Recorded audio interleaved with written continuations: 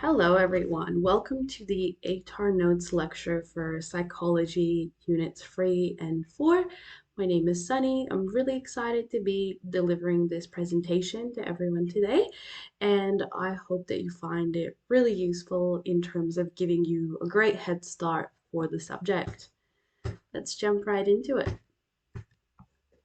So first, we'll start with a little bit of information about myself. As I mentioned, my name is Sunny. I completed VCE in 2021 and was college dux of my school with an ATAR of 96.70. I received study scores of 40 plus as well as a 44 in psychology. And I'm currently studying a Bachelor of Paramedicine at Monash University, and I'm in the last year of my degree. So this is how today is going to look. You can also follow along where the bottom bar is. It marks where we're up to.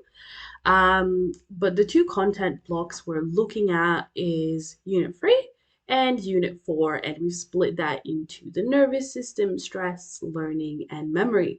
So as we go through each area of content, there'll be a little bit of a question that we'll do together. And I'll aim to cover everything in a lot of detail to help you guys in the subject as much as possible. And the Q&A will be happening throughout. So on the page that you're currently on, under resources, you're able to download a PDF of the slides used in this lecture.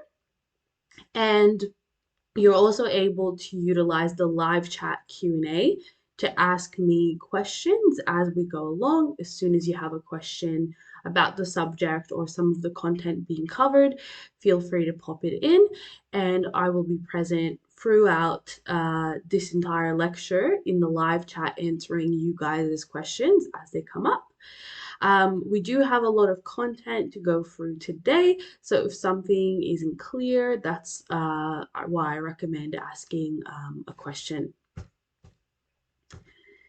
So it's just the layout for today and what we'll look at. We're looking at the nervous system, stress, learning, memory, sleep, mental health, and specific phobias or fears. These are all things that you can be assessed on in the subject. And of course, not to disregard research methods. Just remember that you need to be all across them. This is your overarching content for units 1 to 4, and it will be assessed on the exam. So this is something you need to continuously review and make sure you are super, super confident in. There are a few tips I have just for the subject overall for psychology. Now, I just want to address that obviously psych is a very bulky subject. There is a lot of theory, a lot of content, and you need to be mindful of this when you plan how you study and prepare to do well in this subject. So first of all, don't worry too much about definitions. VCAT never really ask about definitions, and if they do, it would be a question that's probably worth up to 2 marks. The whole idea is that you should aim to understand everything in this subject rather than memorize it, and you need to develop a skill of explaining definitions, explaining processes in your own words, and making up these definitions if you need to. And that goes for everything. There's simply too much content to be able to cram it all into your head. So the key in this subject is understanding everything that you learn. Students that memorize everything and regurgitate it and use memorized sentences to put down into questions as their response don't do well in this subject. And of course, you have tricky multiple choice questions that can only be done well if you have a ton of understanding of this subject as a whole. So I really want to stress that. As part of this as well, don't make copious amounts of notes in psychology. use something more effective. I personally used to make summary notes only after I had learned the content and looked at the study design and looked at what would actually be assessed. I made notes on tricky, difficult practice questions that I struggled with. Flashcards are great for this subject, annotated large diagrams, but don't make copious notes or spend heaps of time trying to make your notes look pretty if you want to do well in this subject and your other subjects as well. Otherwise, psych will become too time consuming. The second tip is to do heaps of practice questions. This is exactly how you're going to be assessed. And do not start later in the year when you finish studying Unit 3 and you're up to Unit 4. Do it always. Whenever you learn a new piece of content, try to find and answer practice questions after you've studied that material without your notes. Just try to get into the hang of understanding what the question is asking, structuring it well, seeing if you're able to do that and get the full marks. This is the only way to really be prepared for the exam. So do as many of these as possible. Use past exams that are available online. Just check that whatever you're using is also up to date with your current study design. There was a recent study design change, so make sure if you take a question, for example, it is actually something that would be assessed and not something that confuses you and you think, oh, why is this being asked? I haven't learned this. That's because there's a quite new study design for psych. Um, Create your own resources as well. Find out how you best learn information. Now, online, there's a lot of supportive information as well. Obviously, you can watch lots of videos and read up on content that you're struggling with. So don't just rely on your textbook and what you are presented with in school. If you have a bit of confusion, I recommend really go out there, look it up, and you'll find that you'll be able to understand content a lot better. Condense information as much as possible. If you want to make notes, make succinct notes, flashcards, mind maps, again, annotated diagrams are all really suitable for this subject. All right, so we'll jump right into the content, beginning with the nervous system. As we can see, Vika has stated that this will be assessed. And what is the nervous system? Hopefully you're all aware. I'll just skip through, but this is basically what we will be discussing in a lot more detail.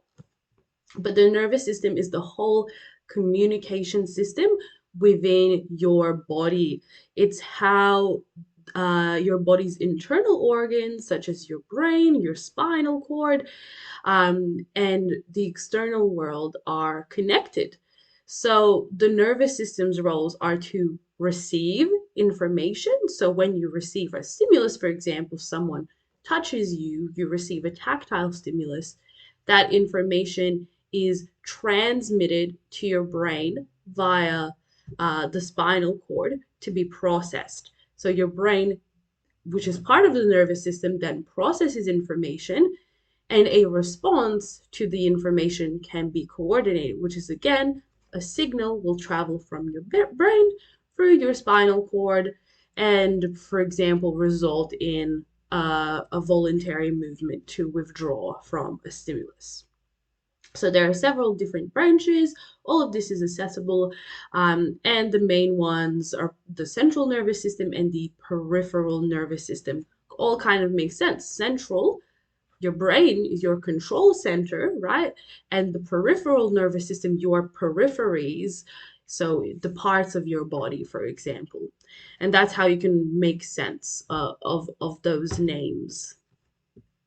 So your nervous system, as we said, is split into the central nervous system, comprised of your brain and your spinal cord, and the brain and the spinal cord are connected. From now on, I'll be referring to it as the CNS, just to make it shorter. And then the peripheral nervous system, which is also divided into autonomic and somatic, and further divided into sympathetic and parasympathetic. This is probably the side where it's a little bit trickier, But essentially, you can get questions that ask you to describe an entire nervous system response and where and how do these impulses travel and what happens as a result, or just the function, for example, of the autonomic nervous system might be a question. Okay, so you need to be all across this content, really common questions, quite easy to grasp and understand as well. So our autonomic nervous system is kind of a lot of our automatic sort of body functions. So you can create an association with those words. And the sympathetic nervous system is our fight flight response when we are stressed, frightened by something. Parasympathetic is more so when the body's relaxing. Keep in mind that it's never just one of them that is active, but one of them will be dominant. So if you're in a stressful situation, your sympathetic nervous system may be activated. If the threat has gone away, your parasympathetic system is likely to be dominant compared to the sympathetic because you are now relaxed and the stressful stimulus is gone.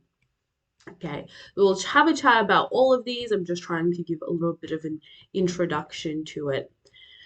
So the central nervous system, its role is to send and receive messages to and from the peripheral nervous system. Guess what? The peripheral nervous system's role is the same. It's to send and receive messages to and from the CNS. So they communicate with one another, essentially. They can communicate with one another. And we said this is our brain and our spinal cord. So what do each of these structures do? Well, the brain processes sensory information, incoming sensory information.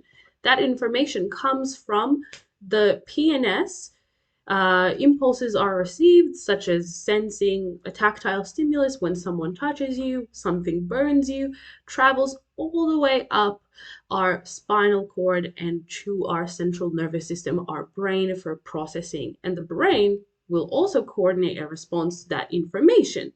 So the textbook example and the one that you should be learning for your exams is that the stimulus, the sensory information in the form of a burn, you touch something really hot and it's burning you, the brain processes that sensation of pain when the impulse travels up to the brain, and the response that it coordinates and sends back down through the spinal cord to the PNS is to withdraw from the hot object to stop the threat, to stop that sensation of pain and the burn.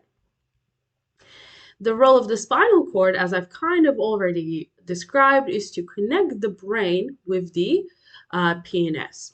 So it receives, this is important because you can get asked about this as well, but it receives information from the peripheral nervous system and it sends it up to the brain via the spinal cord.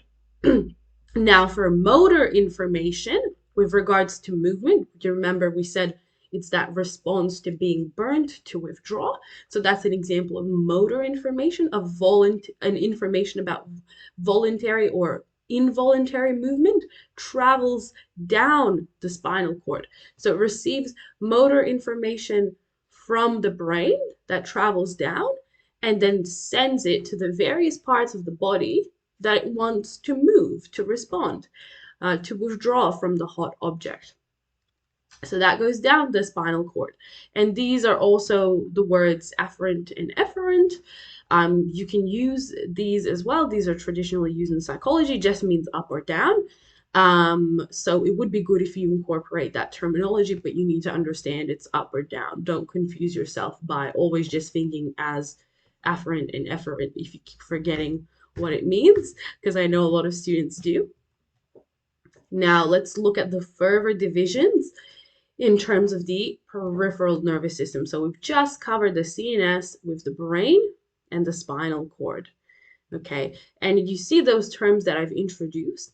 Afferent for sensory information. Why? Because sensory information travels up the spinal cord and to the brain. So this includes those things like everything regarding your senses, your vision, your hearing, chemoreceptors, which detect chemicals that you don't really study somatosensory, touch, tactile information, and even other things like your baroreceptors, your stretch receptors that sense how stretched a blood vessel is, that you won't necessarily have to know for this subject. And efferent is traveling downwards, okay? So A, first letter of the alphabet, sensory info traveling up to the brain, efferent traveling down from the brain, motor information going to the peripheries to cause them to move. Um, and that's always going to result in some kind of contraction of skeletal muscles. So somatic means movement, okay? So when we look at the somatic nervous system, which as we remember is part of the peripheral nervous system, it makes sense that its role is to initiate that skeletal movement in the peripheries when the motor information from the brain has traveled down that efferent pathway and came to the peripheries where it was targeting to go. So the somatic nervous system is initiating skeletal movement. Its roles are to carry that sensory information. Remember, because our peripheries actually receive if someone has touched us, they're the ones that receive that stimulus. The parts of our body that receive stimulus, the somatic nervous system is responsible for helping to carry that sensory information to the CNS, to our brain. Those are afferent impulses going up. And then motor information received from the brain and thus the CNS is traveling through those efferent downwards pathways to the peripheries to initiate that skeletal movement that the somatic nervous system is responsible for. Now, don't get confused. I know previously I was talking about impulses traveling via the peripheral nervous system up to the brain and the CNS, but remember that the somatic nervous system is a part of the peripheral nervous system. So whether you say that these motor impulses are being initiated by the peripheral nervous system or the somatic nervous system, you're technically not wrong either way, okay? Just if you wish to be more specific when talking about initiating movement specifically, you want to say it's somatic. When you're talking about the actual impulses traveling between the central and peripheral, you don't have to specify that, this is the somatic carrying the impulses, but you can. And either should be fine. Just pay attention to how questions are worded in psychology and understand that interaction, that somatic is part of the peripheral. So if we've already explained how these impulses travel and that somatic and peripheral obviously interlinks, it's the same thing, in a sense, it's just a division of this bigger nervous system. Obviously, we need to then understand that there needs to be a whole entire network of nerves outside the CNS, outside of the brain and spinal cord. Because if we didn't have all of these nerves, how would we sense when someone touches us? So our peripheries have all of these nerves, and our whole body, our eyes, and everything else that can receive that information related to the senses and send it up to the brain for processing. So thus the PNS, it carries sensory information from our senses that is received up to the brain, to the CNS, and it carries motor information via those efferent downwards pathways down through the spinal cord from the CNS to the peripheries, causing movement via the somatic nervous system. Okay, so now that we've covered that, when you look at the autonomic nervous system in psychology, you look at this in a bit more detail. You need to be able to detail sympathetic and parasympathetic responses of each division of the autonomic nervous system. So we'll look at this in a bit more detail. These can be quite big questions as well. The autonomic nervous system's role is to connect the central nervous system, the brain and the spinal cord, to the internal organs and glands. So the somatic connects it to external, really, because we're talking about things like we move away from the hot pan that we've touched. But then the autonomic is connecting to the internal organs and gland that we need to survive, okay? That's why I said it has that automatic self-regulating role to make sure our body stays alive and functions well. So it's not under voluntary control. This is involuntary control. The brain automatically regulates these functions and works together with the autonomic nervous system in order to achieve this.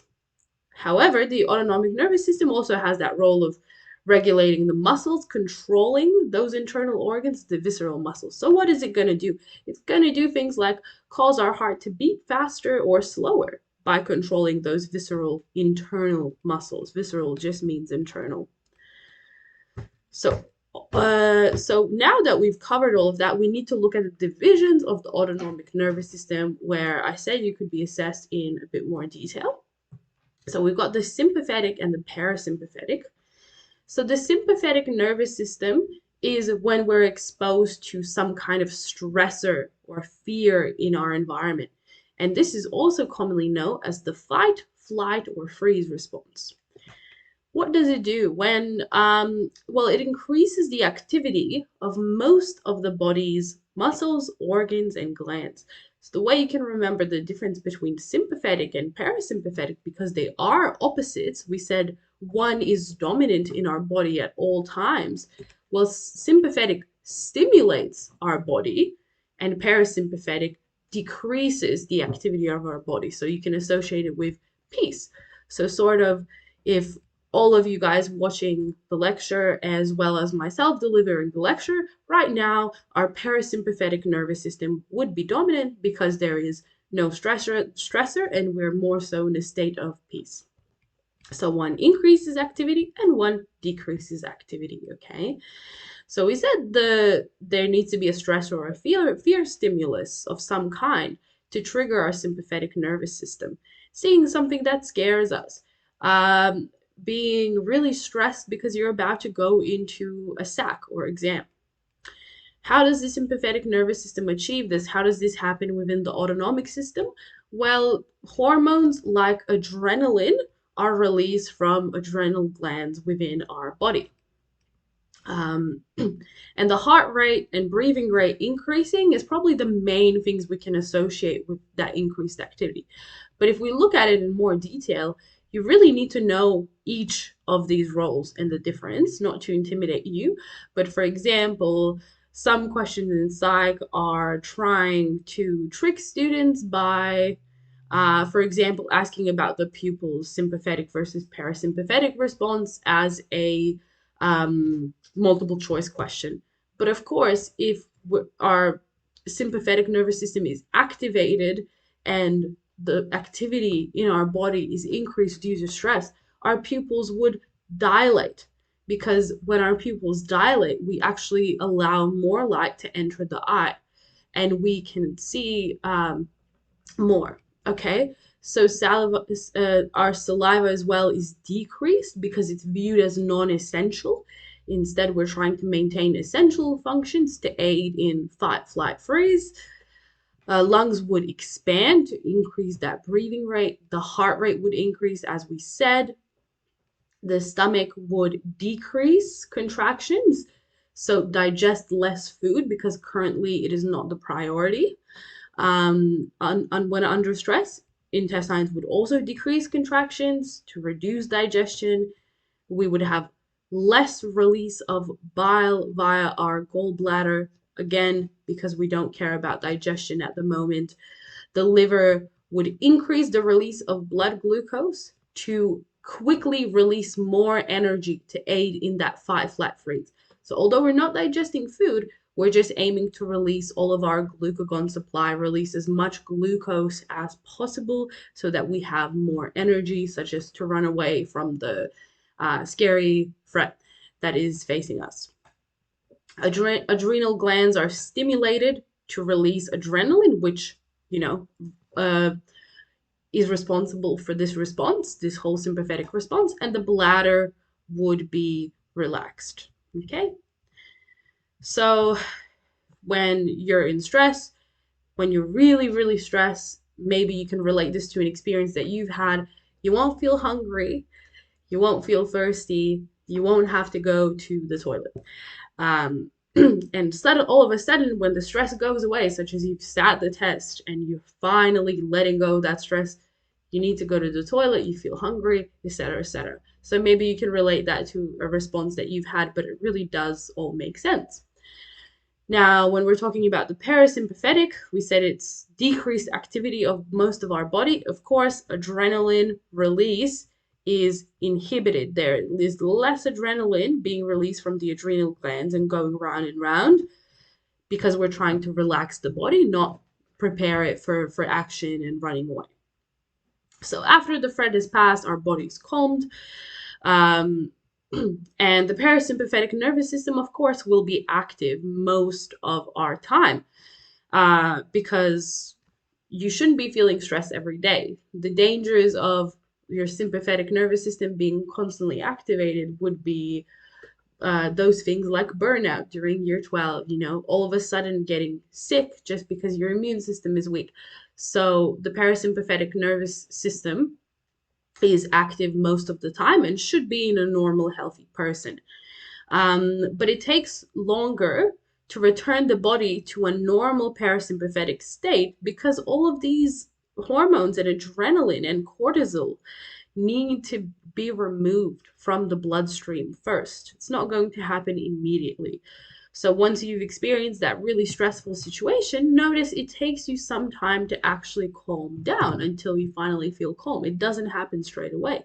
You might still experience the stress as it subsides slowly. So it's all the opposite. I recommend having a table like this in your notes in general. All of these slides are really good for as a note for psych. But the pupil contract instead to allow less light to enter eyes. You have more salivation, more digestion, so increased contractions in your stomach and intestines. The lungs would contract because we don't need to breathe as much. Heart rate would decrease. Bile would be released to aid in digestion as well. We don't need glucose being released, so the liver releases less of the glucose stores, and our bladder would contract, meaning you may need to urinate more often because you're not in a state of stress. Beautiful. So you need to know about responses as well, and we need to understand the difference between a conscious response and an unconscious response. Well, we've already had a look at the autonomic system. We know that that's unconscious. But what about my hot pan example? That would be an example of an unconscious response as well, namely a spinal reflex, which you should not group together with unconscious responses, but view it as a separate thing. So our conscious response to a sensory stimulus is a reaction that involves awareness and is voluntary, meaning that we are able to process the sensory stimulus with our brain first and understand what it is first, and then make a decision with our brain in the CNS to how we should respond to that stimulus. So it happens after you have paid attention to the stimulus. You actually know that it is there and what it is. For example, if the sun is shining brightly, you might put on sunglasses. So you realized that the sun was shining into your eyes, you were aware, and you voluntarily then decided via voluntary movement to put sunglasses on. Versus an unconscious response is where there is no awareness and it is involuntary. So it's a reaction that doesn't involve awareness. Actually, it doesn't involve actually processing the stimulus. It's involuntary. It happens without you wanting it to happen and automatic. These are our autonomic nervous system functions. Blinking, your heart beating, the actions of the sympathetic and parasympathetic nervous systems. And they can be reflexive responses, like the spinal reflex that we will look at, when there isn't enough time to make a conscious response. Okay. But do be able to identify that a spinal reflex is a type of unconscious response. So what happens with the hot pan example in reality, because that's a spinal reflex, that withdrawal example where we pull our hand away immediately, it actually happens before our brain has processed and we are consciously aware that we have burnt ourselves. And you feel the pain after you've withdrawn your hand from the hot pot.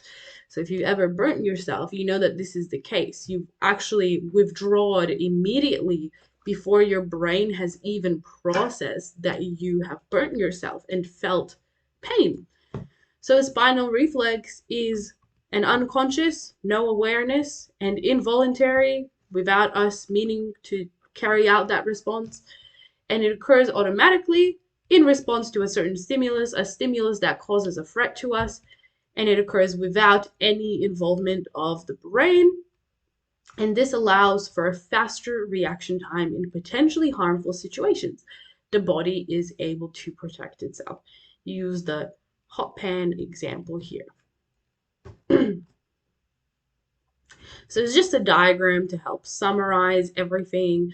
We see a finger touching a candle, so obviously that's going to burn.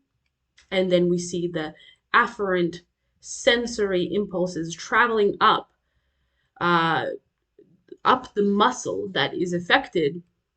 And then we see the actual spinal cord. That's why it's called a spinal reflex, not a brain reflex. The spinal cord, rather than the brain, already gives the motor response that travels down the efferent pathway, resulting in the motor response that occurs involuntarily of withdrawing your hand from the hot candle. And this is picked up by the spinal cord rather than the brain. So this is why in reality, that impulse that was traveling upwards, it still travels up to the brain, okay? But this happens later. That's how you feel pain after you've been burned, already after you've withdrawn your hand. Okay. So as part of studying impulses and how these neural information is traveling around, we need to look at neurons. Okay, so these are basically, and you need to be able to define it in your own words, but these are all those nerve cells within and on the outside of your body that I was talking about. There's much, even more of them in your brain as well, but they're all the individual nerve cells, and their roles are on a small level. We looked at the nervous system and all of this message receiving, processing, and transmitting. It's the same role, okay? But this is what's happening on the micro level, and we looked at the macro of the nervous system. This is what's happening as a whole, and this is what happens when we zoom in and see what happens. It's actually the nervous system is all of these communications between different neurons. And the actual neurons also receive, process, and transmit information. Obviously, if we need to send information to a neuron that is very, very far away from the neuron that we're looking at, it needs to travel across multiple neurons. So this all happens very quickly until it gets to the target neuron. Okay, so you need to know about the structure of these as well, but basically we have a cell body or soma. It's all the DNA matter, or you could say, of the neuron. Dendrites, which are branches that receive messages from other neurons. We then have an axon, which is this longer component that takes messages away from the cell body and the dendrites to the ends of the neurons so we can go to other neurons, so it can continue to be sent along. Okay. Now, there is an action potential is just the signal, the message traveling along the neuron and traveling along this axon. Axons will also be covered by a myelin sheath, which is a covering that lubricates axons and neurons to help speed up message transmission. It makes messages travel faster. Sheath just means covering, so you can understand, hopefully, that association. Myelin, myelinate, to lubricate.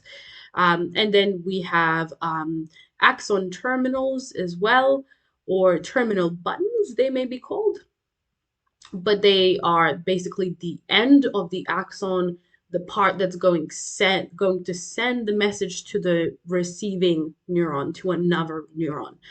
And this happens, it's not marked in this image, but this happens along the synapse. So there, the synapse is the gap in which the message actually travels from one message to another. We'll look at this in more detail. I'm just giving a little bit of an introduction. So we can see everything marked along here.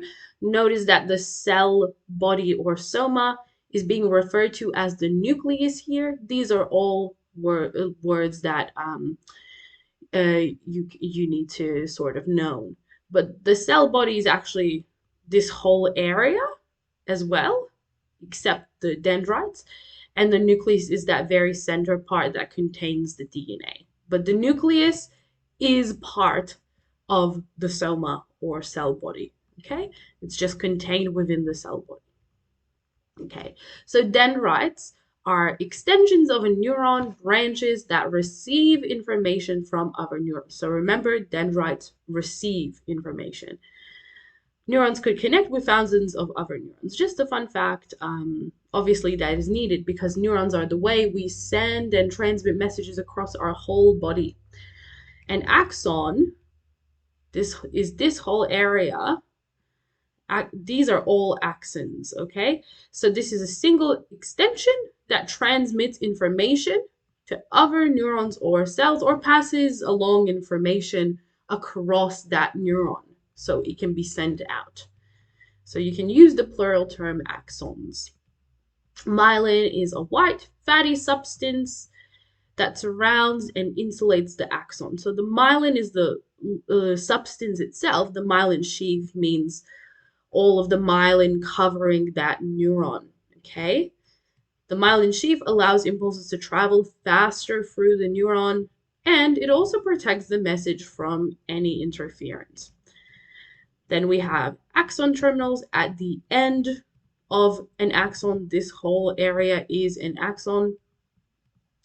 Axon terminals at the end of an axon, there are branches called axon terminals, and these are, you don't worry about axon collaterals. You're fine just to know it as axon terminals. They have terminal buttons at the very end of each. You can't really see in this diagram. This is where the neurotransmitters, which are our messages, essentially, chemicals that act as messages to other neurons, this is where they are stored and released from. Once that action potential, that message travels to the axon terminal, it activates that terminal button at the tip to release its stored and produced neurotransmitter to continue to initiate the message to the dendrites of other neurons, okay? To continue to pass it along. And this is what allows neurons to communicate their messages with other neurons. Now, the node of Ranvier is the gap between axons. Basically, this gap helps to speed up message transmission by being there. The message doesn't, fall into the gap and stay there, but it jumps along the axons and it sort of skips the gaps, these nodes of Ranvier. And we said there is the synapse here, which is basically that gap between the neuron that is sending the message and the neuron that is receiving the message. So it's the gap between the sending neurons, axon terminals, and the receiving neurons, dendrites, which they will use to receive the message. This is the gap that the neurotransmitter is released across. Thus, it's called the synaptic gap. So, in a bit more detail, we said the terminal buttons are at the ends of axon terminals. They're small structures that release neurotransmitters, which help to carry chemical messages in chemical form to other neurons and cells. They're also known as synaptic vesicles. Whatever makes more sense to you. I feel like terminal button is easy to remember as well, but obviously there's a lot of synonyms for everything in psych. You kind of need to be aware of all of them, unfortunately. And the synaptic gap, it's a tiny gap between the dendrites of the receiving neuron that's going to receive the message and the terminal button / axon terminals of the neuron sending the message. So this is the actual part in which the communication occurs because the gap is needed to transmit the message across. Don't worry about the complex diagram. Hopefully it just gives a better visualization. You don't need to know about ligand, gated channels, and things like that. So, in more detail on neurotransmitters, they're a chemical substance produced by a neuron that carries a message to other neurons or cells. And when carrying a message to another neuron, the neurotransmitter is going to work. How? By attaching itself to the receptor site of the postsynaptic neuron. The postsynaptic neuron is the neuron that receives the message. It is also known as the receiving neuron. So create that association because you need to call them postsynaptic and presynaptic. So that's the receiving neuron. Where are those receptor sites that the neurotransmitter attaches? They're on the dendrites because the dendrites receive messages. And then the neuron that releases the neurotransmitter is called the presynaptic neuron because it sends the message. So this is another term that you need to know about. Any neurotransmitters that don't bind to receptors in the postsynaptic neuron will be absorbed back into the terminal buttons of the presynaptic neuron that tried to send the message. It's just going to take all the neurotransmitter back and store it back in the terminal buttons of the axon terminals. This process is called reuptake of neurotransmitter. So neurotransmitters are generally divided into those that have an excitatory effect to stimulate or an inhibitory effect to prevent stimulation. So an excitatory effect stimulates postsynaptic neurons to fire. What does that mean? To release more action potential, more messages, okay? And an inhibitory effect is to decrease the amount of messages traveling and being sent out by preventing postsynaptic neurons from firing, by decreasing the amount of action potentials. Okay, so from these you need to know glutamate and GABA. Glutamate is going to be the main excitatory neurotransmitter in the CNS. The main neurotransmitter that has that widespread excitatory effect.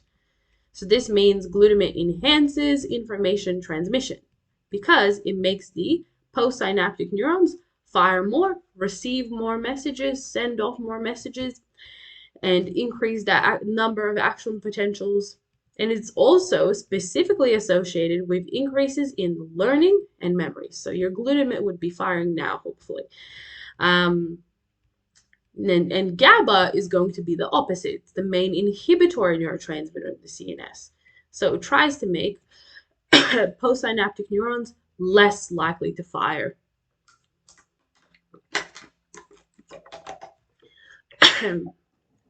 Okay, so if our postsynaptic neuron received lots and lots of GABA, the inhibitory neurotransmitter, as the signal from the presynaptic neuron, what it's likely to do, receiving lots of GABA, is not to generate any messages, not to generate any action potentials. Whereas if it received lots of glutamate, it would be going crazy trying to send off heaps of messages and action potentials to other neurons. Okay, hopefully that makes sense. And apologies, I'm a little bit sick still.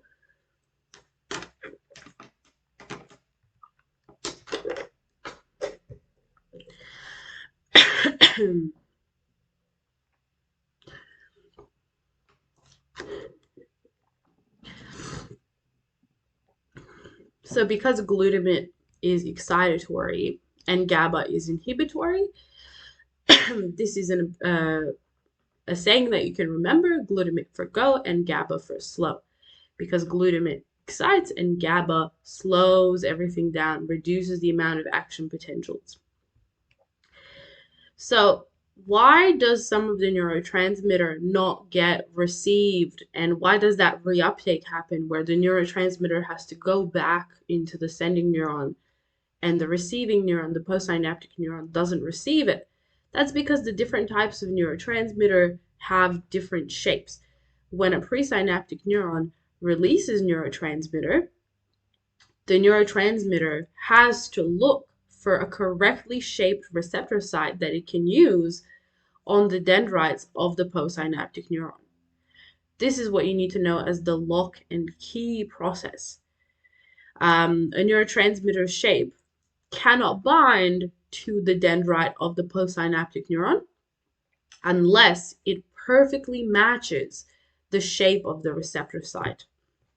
And this is why it's like a lock and a key. The neurotransmitter and the receptor need to match the shape. Otherwise, they can't unlock the response of the postsynaptic neuron. So hopefully this all helps to visualize it, and you can see this image on your copy of the slides as well. We can overcome this by using agonists or antagonists, substances that are going to increase how receptive the dendrites receptors of the postsynaptic neuron will be known as agonists. So they increase receptiveness of receptors. They're more likely to accept the neurotransmitter to morph into a shape that the neurotransmitter can bind to. The opposite of that is an antagonist. These are the substances that will decrease how receptive the dendrites receptors are to a particular neurotransmitter. So they're going to not change shape to allow the neurotransmitter to bind in a general sense. Hopefully we're keeping up. I know this is a lot of difficult content as well. You need to know about some neuromodulators. These are dopamine and serotonin. Dopamine, you probably remember from year 11, but dopamine is a neurotransmitter that is important for balance, movement, pleasure, and rewarding behaviors. So why is it a neuromodulator? Because it can have both excitatory and inhibitory effects as a combination. It can cause either of those things. So it can be released from a neuron far from its receptor site, and it can influence effects of other chemical messengers. So basically, maybe you've heard of these to explain how it has excitatory and inhibitory effects. You'll feel very happy when there's lots of dopamine in your brain. This can happen such as due to the release of certain stimulant drugs. All the dopamine is released at once, and the person is so happy, ecstatic, right? But then after that the effect of that substance has worn off, that stimulant drug, all of a sudden all the dopamine is depleted. The dopamine is really, really low, and you may feel unhappy. So maybe that helps to understand how it has both excitatory and inhibitory effects. And serotonin as well. You may have heard that low serotonin is linked to depression. It's both a neurotransmitter and also a hormone at the same time, but it's important for mood and sleep, and that's how it has that link to mental health issues. It's the feel-good hormone. We need it to be happy, functioning, avoid mental ill health. Next, we need to know about synaptic plasticity and long-term potentiation and long-term depression associated with it. So, neural plasticity, this is all still related to neurons. We need to understand the idea that neurons can change. They can change how big they are, and they can change their function and the actions that they can carry out. Even they can change which neurons they're connected to and how many and all of that. So neuroplasticity is the ability of the brain's neural structure or function to continue to change throughout the lifespan, generally through experience. And this leads those neurons to change. It's the basis of learning and memory.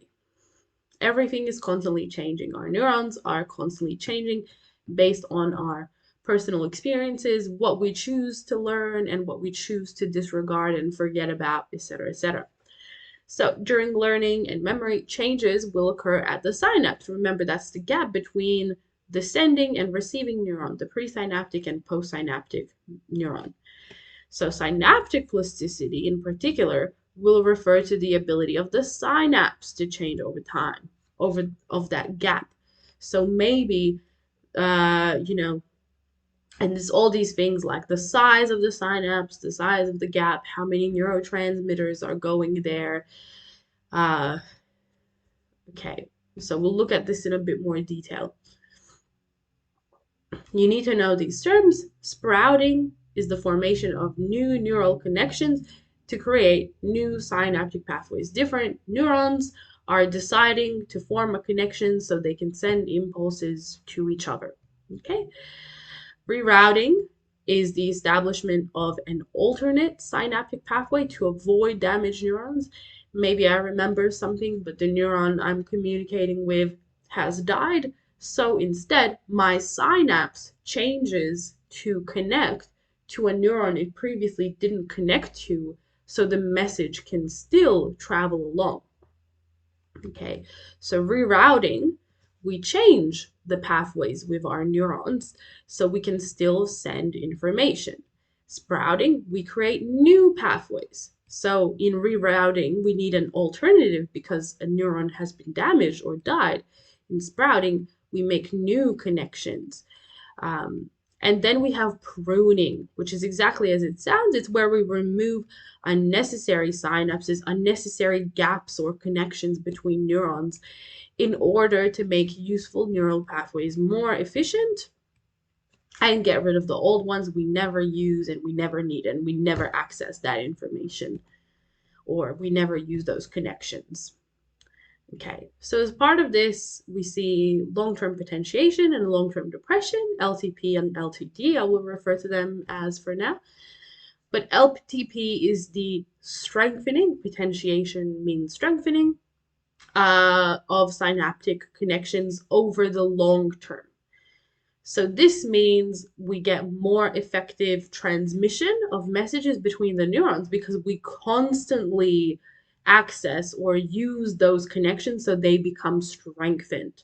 The postsynaptic neuron becomes more and more responsive to neurotransmitters released by the presynaptic. That lock and key process, the neurotransmitter being easily picked up by the dendrites of the postsynaptic neuron, that gets strengthened. And it simply happens because of long-term repeated activation of the two neurons together. They always fire together. We constantly access that memory in our head, or we constantly use that pathway to send messages within our body. So long-term depression is the opposite. It's a long-lasting decrease in the strength of synaptic connections because we never use them. A continued lack of stimulation over the long term leads to a decrease in synaptic connections until they just may die off completely. The postsynaptic neuron becomes less and less responsive to receive the neurotransmitters of the presynaptic neuron. So LTD and LTP are just as important. As we just looked at pruning, pruning is required to make the pathways that we do use often more efficient and faster and create room for more pathways to form. That's why LTD is not such a bad thing. The weakening or loss of unused synapses gets rid of unwanted connections, leaving only important connections that have been strengthened repeatedly through long-term potentiation. So you can remember this as the use it or lose it rule. If we don't use it, why do we need it? We can lose it through long-term depression. Just a visual to help explain everything. We see long-term potentiation, more neurons being sent out, and then more neurons being more messages being easily received by the postsynaptic neuron, and the opposite occurring in long-term depression. Okay, We've moved through all the difficult content of the nervous system. This is probably some of the most tricky stuff for students, so make sure to revise it and review it frequently. Come back to this lecture. You can view it from the same page, but I think that's only for about a week or so that it will be available. And make use of the notes. Go do your own research. Now we're going to look at stress. Stress is defined as a state of physiological and psychological arousal produced by internal or external stressors, but they have to be perceived by the individual as challenging or difficult to cope with in order to cause the sensation of stress. So we'll look at what internal and external stressors can be, so don't worry about that, but remember that it can be physiological as well. So it could be a malfunction of your autonomic nervous system that causes physiological stress. It could be a test that you're really worried that you're not going to do well on. So stress is the state of feeling stressed and being unable to cope with something. A stressor will then be the stimulus that leads to stress. Okay, nice and easy to connect. Stress can be good or bad. Stress is helpful in low quantities and is associated with better performance. If the stress is short term and low amounts, it's considered as highly beneficial to having the best performance you possibly could. And then too much stress or stress over a long duration of time can be very, very harmful. So these terms come to mind. Acute stress is stress that provides high levels of arousal, high levels of stress, for a short amount of time. Quickly goes away. That's why it's acute. Now, chronic means long term. High levels of arousal, high levels of stress over a long period of time. This is the harmful type of stress. So we look at the fight, flight, freeze response. This is, remember we talked about this when we talked about the sympathetic nervous system, but in more detail, this is an involuntary physical response to a sudden and immediate threat in readiness to either fight the threat, run away from the threat, which is flight, or freeze, not know what to do. So maybe you've experienced each of these reactions, but it's obviously not so obvious. It's just the term that is used to describe it. It's involuntary. It happens in response to a stressor, a perceived threat. But these reactions are activated by the sympathetic nervous system when we are confronted by a threat. Remember those responses. Remember, we increase heart rate, breathing rate increases, our lungs expand, pupils dilate. More blood travels away from the periphery, such as your hands, your parts of your body, to the internal organs and muscles to prepare the body for the fight or flight reaction. You need to be able to detail how this response occurs. Basically, when we perceive a threat or when we're confronted with a big stressor, a signal travels to the hypothalamus within our brain. This responds to the stressor by activating the sympathetic nervous system. So, sympathetic nervous system is activated through the hypothalamus. The sympathetic nervous system then stimulates the adrenal medulla, which, as we remember, the adrenal gland is responsible for releasing adrenaline that activates the sympathetic nervous system. Noradrenaline is also released. Just remember both of these, but adrenaline plays the key part in activating that fight, flight, freeze response through the sympathetic nervous system. The stress hormones, adrenaline, noradrenaline, activate organs including the heart, lungs, liver, kidneys, gallbladder. All of those changes result that we looked at. So if you've gotten all of this, you will be able to describe acute stress, short-term stress, the fight, flight, freeze response. When we look at the chronic stress response, there is an additional hormone called cortisol involved. The role of cortisol in chronic stress that we will also look at. Okay, so if a threat is really overwhelming or we can't really fight it with just the fight, flight, freeze response, The freeze reaction can also kick in. It's not just fight or flight. Remember, freeze is part of it. In freeze, when we're frozen, we don't know what to do. We're really, really scared. Heart rate and blood pressure will actually drop, and muscles will lose their tension. Why do we have this? Basically, because humans are animals. It had adaptive value. When a prey is being hunted, it is less likely to be noticed or seen if it is frozen still. So this is our body's protective mechanism, that fear that kind of just stops you in your tracks. That's why deer stops in front of headlights, and animals might get hit by cars, even though it would make sense to run away and move out of the way, for example. But it is believed that the freeze state occurs when the parasympathetic nervous system kicks in just after the sympathetic nervous system, making both systems overstimulated. So freeze is the exception. You don't need to know, you just need to know that it results from both of the systems being activated, and that it's an adaptive response from prey. So that's all you really need to know about it. Focus on the actual stress response and how it biologically occurs. You need to know about that. Okay, so now we're going to talk about that chronic stress response, cortisol and its role.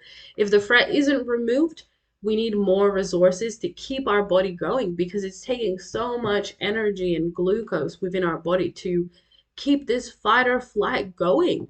So if we're exposed to long-term stress, adrenaline and noradrenaline become insufficient. The fight-flight response is short-term. So in the lead up to your exams, you might be having a lot of cortisol going around your body. This is the solution our body has to try to deal with a stressor over a longer period of time. Cortisol is also produced by the adrenal glands, just like adrenaline and noradrenaline, and its role is to energize the body, allowing it to better deal with stressors in the longer term. However, why people get sick after a period of being stressed out is because the efficiency of your immune system is reduced due to prolonged release of cortisol. Your body becomes weak and you become more susceptible to illness, both mental health and physical illness as well. So we look at the gut-brain axis and GBA as well.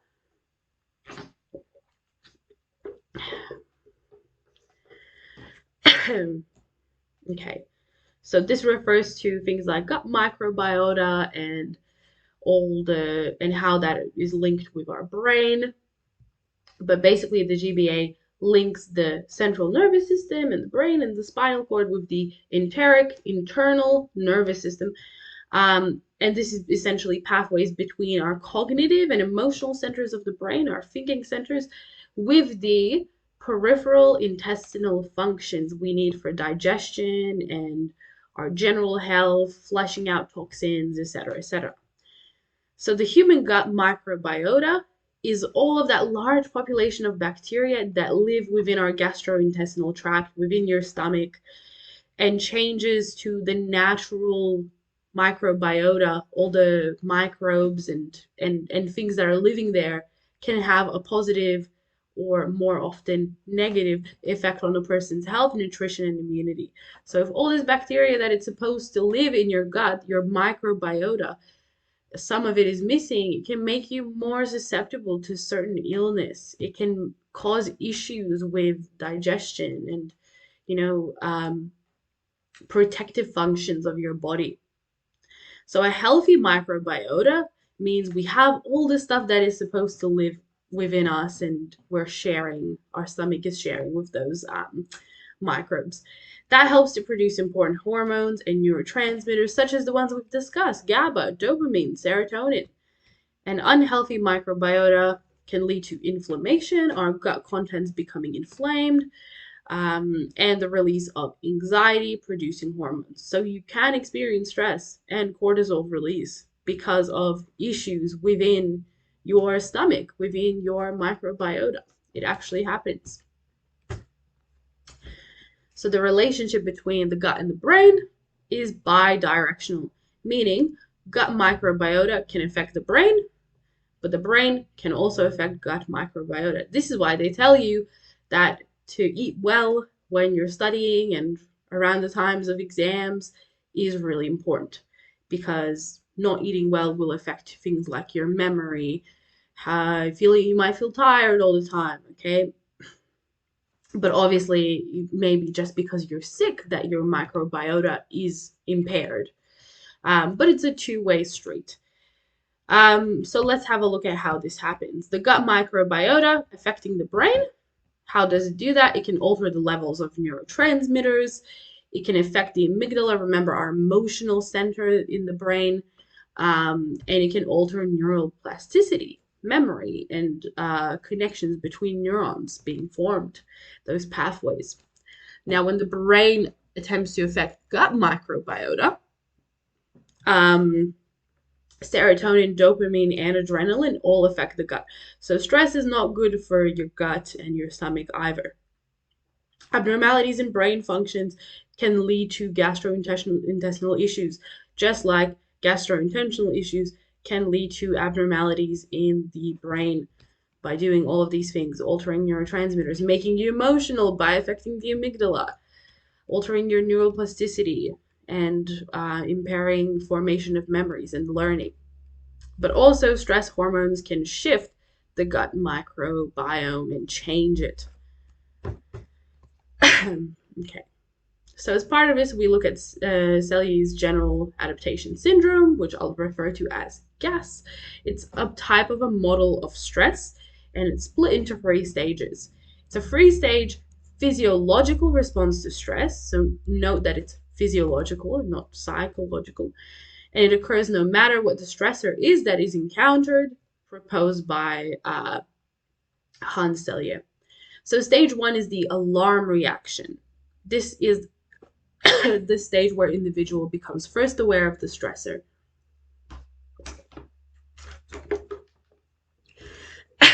This is called a reaction because this stage is very short.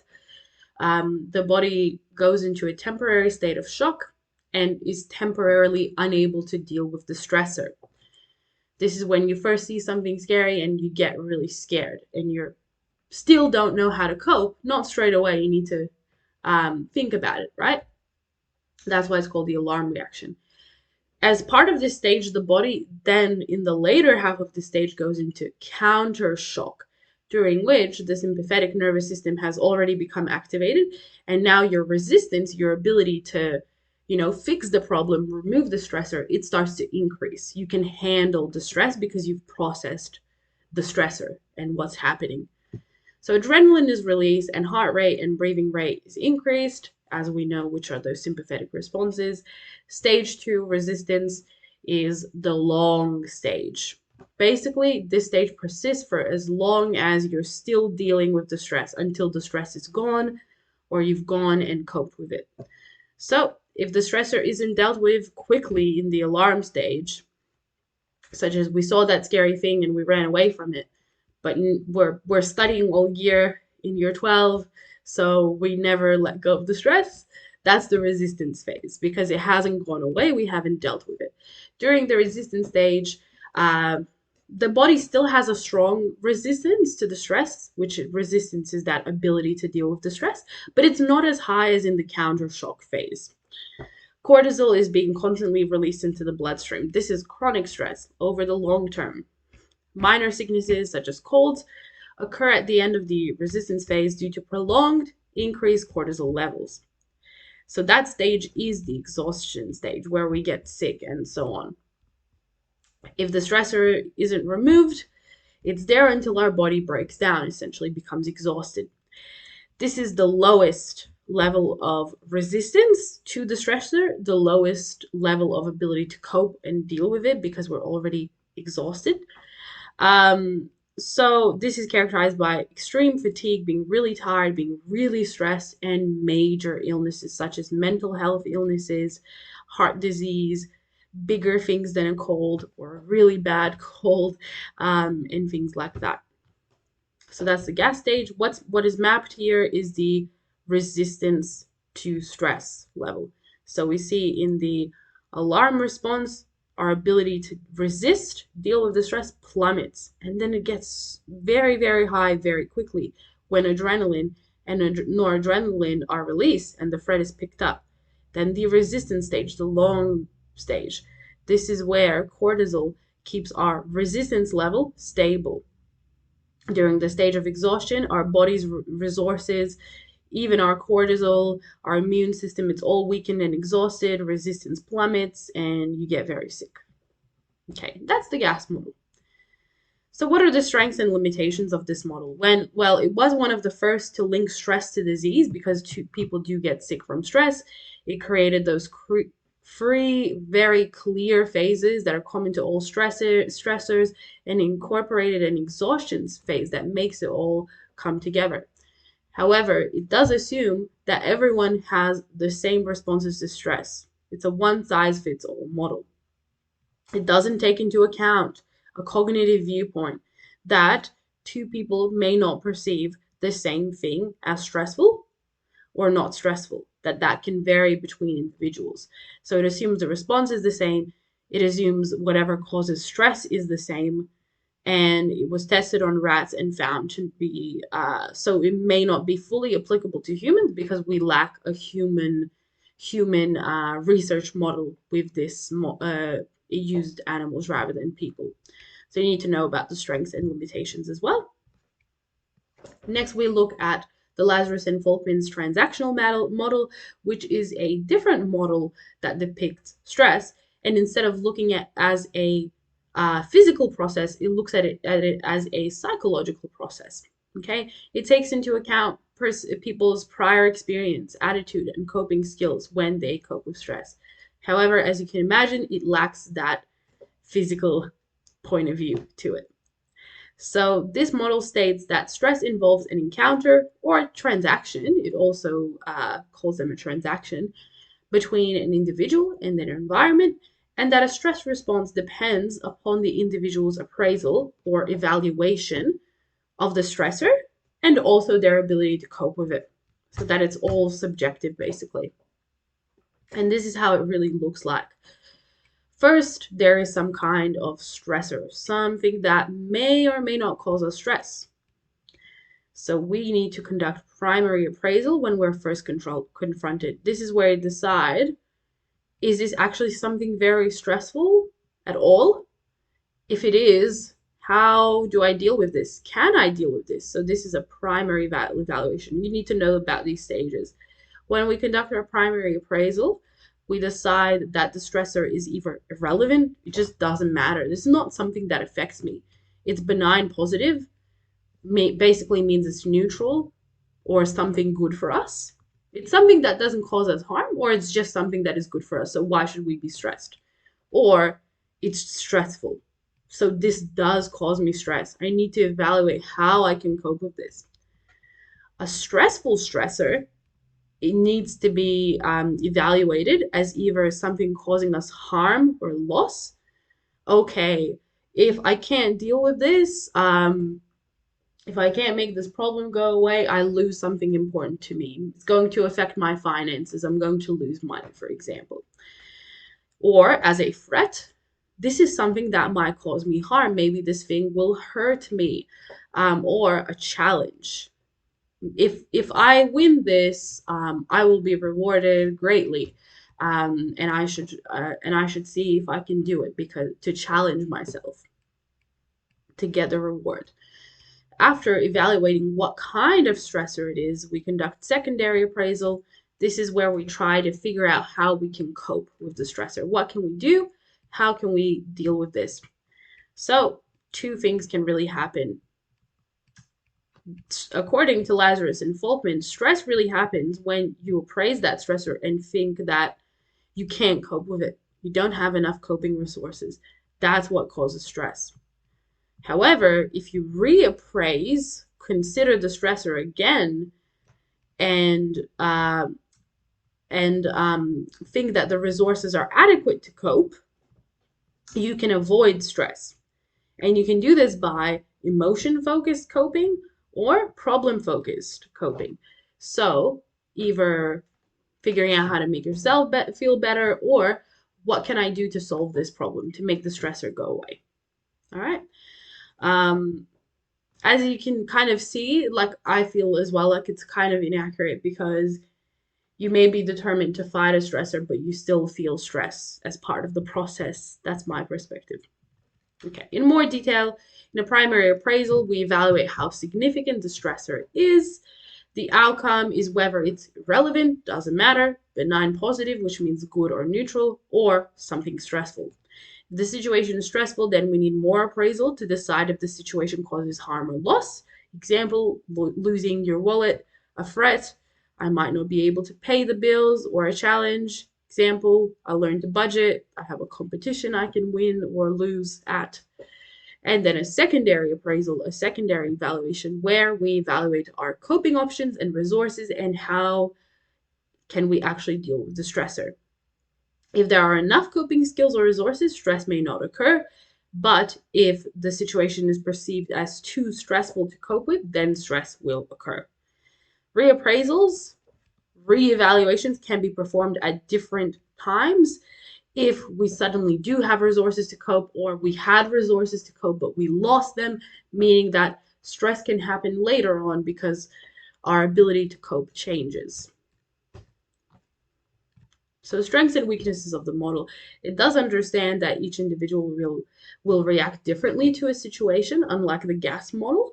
So does have that subjective component, gives the individual an active rather than passive role, does include personal appraisals or personal evaluations of a situation, which explains why people react in different ways to the same stressors. So it's a personal model, it's a subjective model. It gives the individual an active role by focusing on the psychology of it rather than the physical aspects. Limitations are that it's difficult to test through any experimental research because it's all psychological. We'd need really large groups of people in experimental and control groups. Subjective stressors, obviously, that becomes very, very difficult to test. Primary and secondary appraisals are also said to often occur at the same time. When you're confronted with stress, you don't try to understand, is this something that is going to cause me stress? And then think about, can I take it on? How can I solve this? How can I find a solution? You do those things at the same time. And these appraisals can interact with each other, so they are too difficult to isolate for study. And obviously the doubt whether we actually need to evaluate something as stressful in order to experience stress. It may occur without even realizing that something is stressful. It is unconscious often. Okay, so when it comes to stress, VCA also wants you to look at approach and avoidance strategies and how to cope with stress. So a coping strategy, we've been talking about this, but hopefully it's just intuitive, that's methods we can use to manage levels of stress that we experience. And there are different types of coping strategies: avoidance and approach. Avoidance are bad. We just try to avoid the stress and hope it goes away. Approach strategies are where we are productive and we try to figure out a solution or tame our emotions to be more productive instead of feeling angry, to make ourselves feel relaxed or happy. And those are our approach strategies. They're the productive ones. Okay, but the terms that you need to know, context-specific effectiveness, that refers to a coping strategy matching the stressor. This just means the coping strategy that you're using needs to be an effective one to use to cope with that particular type of stress. Okay, so if a student had a big test coming up, a coping strategy that would have context-specific effectiveness would be to study. Okay. However, an ineffective context-specific ineffectiveness would be if you're just trying to avoid thinking about the test or doing anything to prepare. Coping flexibility, on the other hand, is an individual's ability to effectively change or modify their coping technique when necessary. So, for example, you realize that the coping technique you're using does not have context-specific effectiveness, and you realize you can do something else to make yourself cope with the stressor. That would mean you have coping flexibility. So people with a high coping flexibility are able to change their coping strategies. If their current strategy isn't working, they can change and adapt. And a low coping flexibility would mean that you keep sticking to the same coping strategy even though it doesn't work. So obviously, people with high coping flexibility will be able to handle stress more effectively. Now, I've already explained approach and avoidance strategies, but we'll look at it in slightly more detail. Approach coping strategies involve direct efforts to confront a stressor and overcome it. This is that productive coping strategies. They would be high in context-specific effectiveness. They would demonstrate high coping flexibility as well. So this is activity focused towards dealing with the stressor directly as much as possible. So our approach strategy is to study as hard as possible for the sack that we're stressed about to make sure we're prepared. And doing productive things in our downtime that truly help us relax, for example. Avoidance coping strategies are the opposite. Instead of facing the stressor, trying to confront it and overcome it involves avoiding the stressor and trying to deal indirectly with it. Hope it just goes away. So opposite to approach, activities focused away from the stressor. So in the sense of the stressful exam, avoidance strategies are trying to relax, catch up with friends, not think about the test, not trying at all. All right. So finishing this section on stress, let's have a look at a multiple choice question. Glutamate plays a key role in synaptic plasticity. Remember, that's the synapses changing to change connections between neurons to make more of them or less of them, or reroute or change which neurons are connected. So let's see the options. Releasing neurohormones into the bloodstream. What is glutamate? Glutamate is a neurotransmitter. So how can it release neurohormones? It's not a terminal button. Okay, so we can eliminate that option. B, increasing the speed of neurotransmitter transmissions along the axon. It is excitatory, but what increases speed? It doesn't say action potential firing, it says speed. We know that's the role of myelin and the myelin sheath, which covers the neurons and lubricates them. C, acting as an excitatory neurohormone released across the synaptic gap. Or D, acting as an excitatory neurotransmitter released across the synaptic gap. Because glutamate is a neurotransmitter, the correct option is D. So watch out for multiple choice questions in psych. Remember, a few things that we looked at were identified to be both neurotransmitter and hormone. Okay, so pay a lot of attention to those little details just to understand it, just have a good picture of everything you study in the subject.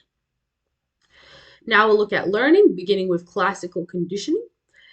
This occurs through repeated association of two or more different stimuli, causing us to learn a certain behavior.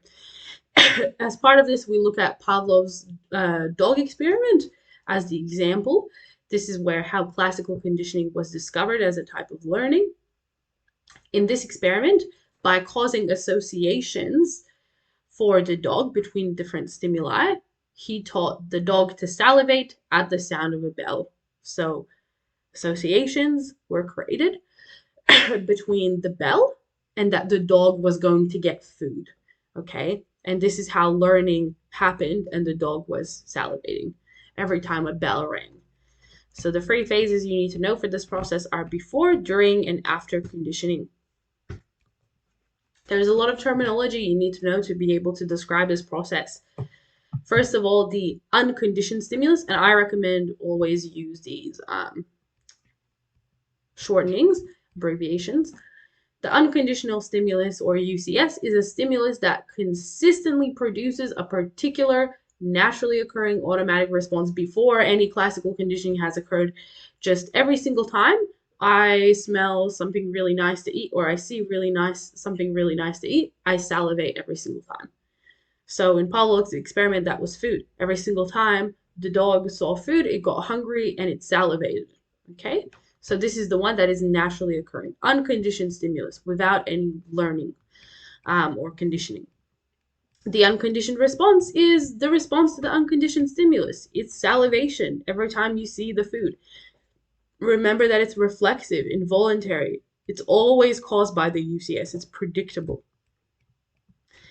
And the neutral stimulus is what Pavlov is trying to do, okay? He takes the bell and he wants the dog to salivate to the bell by making the dog associate the bell with food is going to come.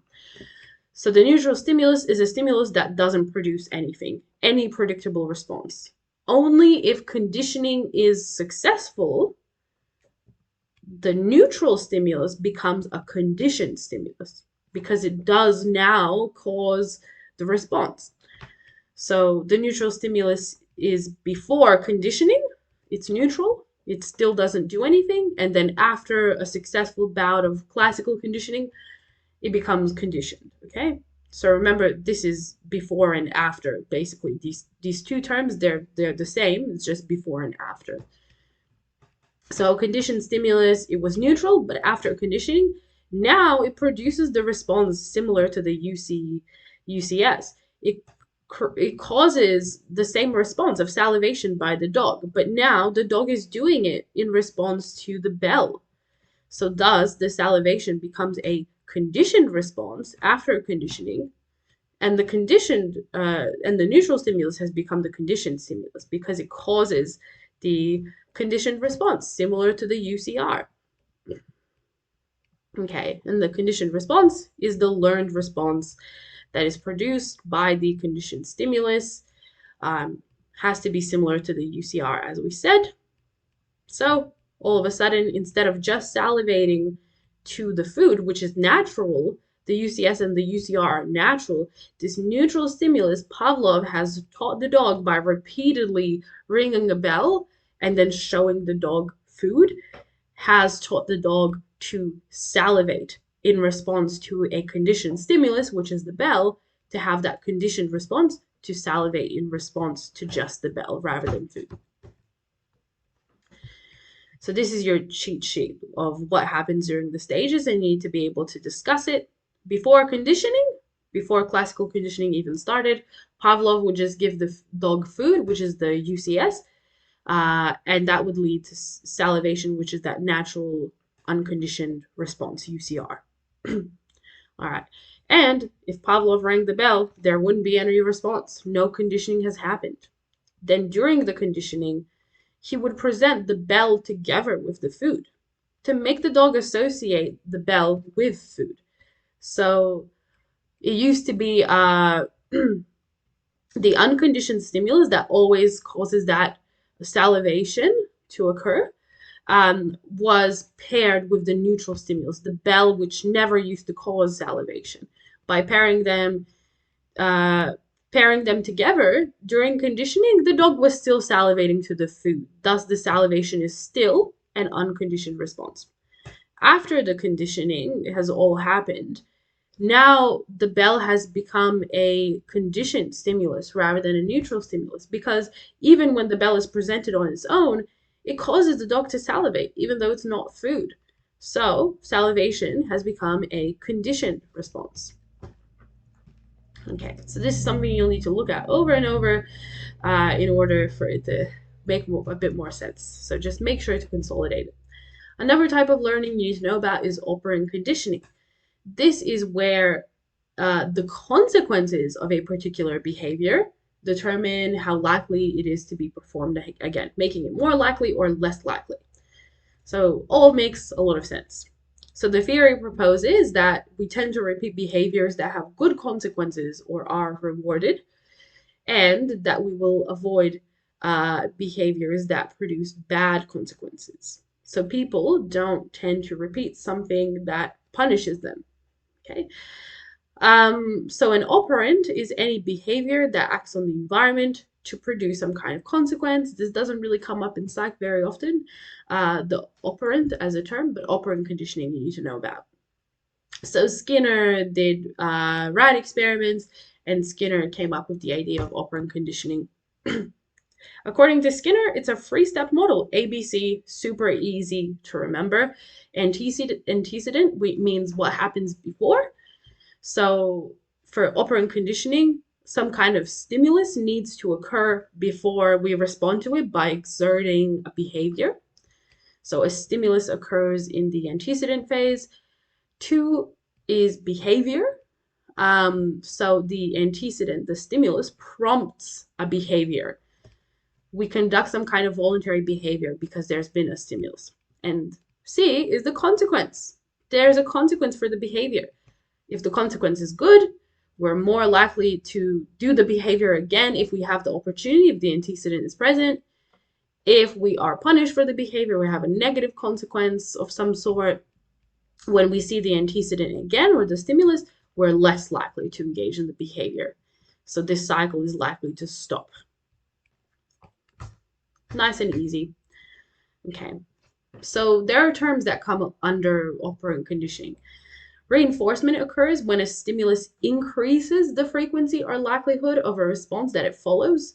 And a reinforcer is any stimulus that strengthens the likelihood of a response. When you reinforce something, you're rewarding it. You're making it more likely to happen again. So when we are rewarded for a certain behavior or get some kind of benefit from it, we're more likely to behave that way again because we want the reward again. Okay? So there's positive and negative reinforcers of behavior that make it more likely to happen again, make it more likely for us to seek that reward. A positive reinforcer is a stimulus that strengthens the frequency of a desired response. Positive reinforcement comes under this term. This involves giving some kind of positive reinforcer, some kind of reward after the desired response has been given. So a person or an animal will be given something that they want, something good as a reward for their behavior to encourage that behavior in the future. So for example, giving a dog a treat when it sits or giving a child pocket money for doing their household chores. A negative reinforcer, on the other hand, is an unpleasant stimulus that is going to be removed in order to also reward us. So it's something negative being taken away to make us happy again. This will also strengthen the frequency of a desired response, thus reinforce that behavior. Okay. So negative reinforcement removes an unpleasant stimulus to strengthen behavior. Rather than giving us something we want, it takes away something we don't want.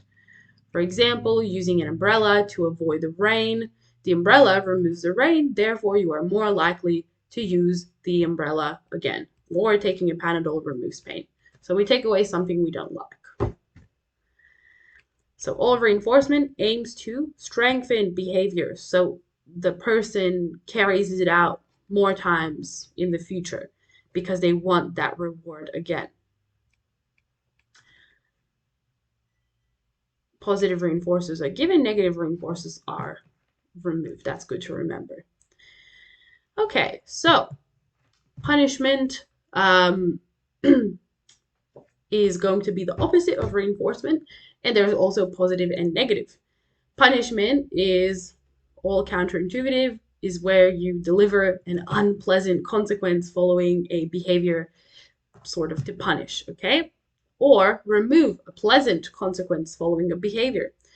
So positive punishment means introducing a stimulus we don't like to weaken the likelihood of us carrying out the same behavior. Literal meaning of punishment, giving you something you don't want. For example, you were late to training and you were given extra laps to run.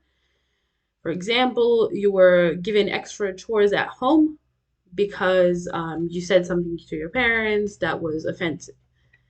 Now, negative punishment is where we take away something the individual wants because they've done wrong to decrease the likelihood of them behaving in that manner again. So simply do something wrong and get something that you like taken away. So as a punishment, maybe losing your mobile phone or losing your ability to go out with friends. Response cost and negative punishment are the same, and you need to create the association between these terms. Response cost is the thing that is lost as a result of negative punishment, the thing that is taken away from you. All punishment aims to weaken the behavior, And all of reinforcement aims to strengthen the behavior. Reinforcement is desirable, punishment is undesirable. So the kinds of things you need to remember. It's just a diagram to reinforce it, but we'll rush forward since we need to finish up. So the summaries of the differences between classical and operant conditioning.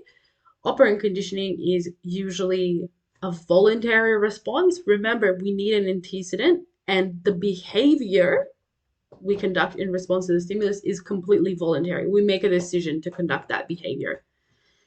Classical conditioning is an entirely voluntary reflex response. Remember, it was the dog salivating in response to a bell. I'm sure the dog did not decide to salivate in response to the dog, but that was involuntarily learned. In operant conditioning, the learner is active because they're making those decisions. They're processing the consequence of their behavior to decide what to do in the future. And in classical conditioning, the learner is passive because they don't have really a role in whether they choose to learn or not learn this involuntary behavior. And additionally, in operant conditioning, the consequence determines whether behavior is strengthened or weakened, whereas in classical conditioning, the consequence of the behavior isn't really there or it doesn't really matter, okay? It doesn't change whether you still have the same conditioned response or not. The consequence doesn't determine that. So that summarizes quite well. Operant conditioning, the mouse decides if it presses the lever, it will get some food as a reward every single time, positive reinforcement. And in classical conditioning, the dog is thinking, there goes the bell, it's time for food, salivating involuntarily, passive role, consequence doesn't matter. Even if it doesn't get food, it's still going to salivate the next time it hears the bell. Okay. Another type of learning you need to know is observational learning. This is all very self-explanatory as well. But it's exactly what you see in the definition. So you learn based on observing a model's behavior and the consequences of that behavior to influence your own future behavior. A model is just anything or any person that you are observing and trying to learn from. Bandura is the psychologist that observed this type of learning, and it's particularly used by children. So there's vicarious conditioning, vicarious reinforcement, and punishment. Vicarious means seeing things through someone else, seeing things through someone else's experience, okay? So vicarious conditioning is when an individual watches a model's behavior being either reinforced or punished, terms that we already know, and modifies their behavior accordingly. Of course, they want to be reinforced as well. So vicarious reinforcement occurs when the model's behavior is reinforced, they are rewarded, and it therefore increases the likelihood of the observer behaving in a similar way, also hoping for that positive outcome. Now, vicarious punishment is where the model is being punished, and therefore decreases the likelihood of an observer behaving in a similar way because they do not want to be punished. So, for example, take siblings. A sibling watches another sibling get in trouble, therefore they decide, I don't want to behave in this way because I might get punished like my sibling. Or their sibling does something good and gets a reward, and then they think, I should do the same thing, maybe I'll get rewarded too. So Bandura identified 5 processes that are related, that are happening in observational learning. Attention, retention, and reproduction. So in order to be able to learn from observation, first we need to pay attention to the model's behavior and the consequences, not just how they behave, but what happens as a result. Attention has a lot of influences. You need to be able to give a few examples. Interest levels, how interested you are in actually watching the behavior and what happens, the situation, and perceptual capability. So if you're like a really young baby and you're watching, but you're not able to understand what's happening, it doesn't matter that you're paying attention because you won't be able to learn through observation. People are found to also pay closer attention to models that are either similar to themselves, viewed in high regard and are well liked, or they have a high status, such as a celebrity, for example. So, in order to learn, first must pay attention to both behavior and consequences of the model we are observing. Next, retention must occur. So if the individual doesn't accurately remember the model's behavior, they wouldn't be able to replicate it in order to get the same outcome. So they need to properly retain, remember the exact behavior so they can replicate the behavior to try to get the same outcome if they want that outcome. And number 3 is reproduction. So of course, if we can remember the behavior, we need to then reproduce it so we can get the same outcome. So an individual must have the ability to put into practice what they observed, paid attention to, and retained. Obviously, you can't watch someone and reproduce the behavior perfectly, or everyone could be champion sports people. That's a great example there. And the last 2 steps are motivation and reinforcement. So of course, the individual has to be motivated to perform the behavior they observed. If the model was punished for their behavior, of course we don't want to reproduce the behavior. There's no incentive. So there needs to be some kind of incentive, some kind of reward or positive outcome in order for us to be motivated to reproduce that behavior. And then reinforcement. The reinforcement of the behavior influences the motivation of whether to reproduce that observed behavior. So it doesn't just matter whether the model was originally reinforced, but it also matters if we did decide to do whatever they did to try to get the same outcome. If we didn't get that reward or reinforcement, why would we reproduce that behavior again? So the actual individual replicating the behavior of their model wants that reward as well in order to strengthen the behavior. And especially if they got punished instead of reinforced for the same behavior, they become much less likely to perform it again in the same situation.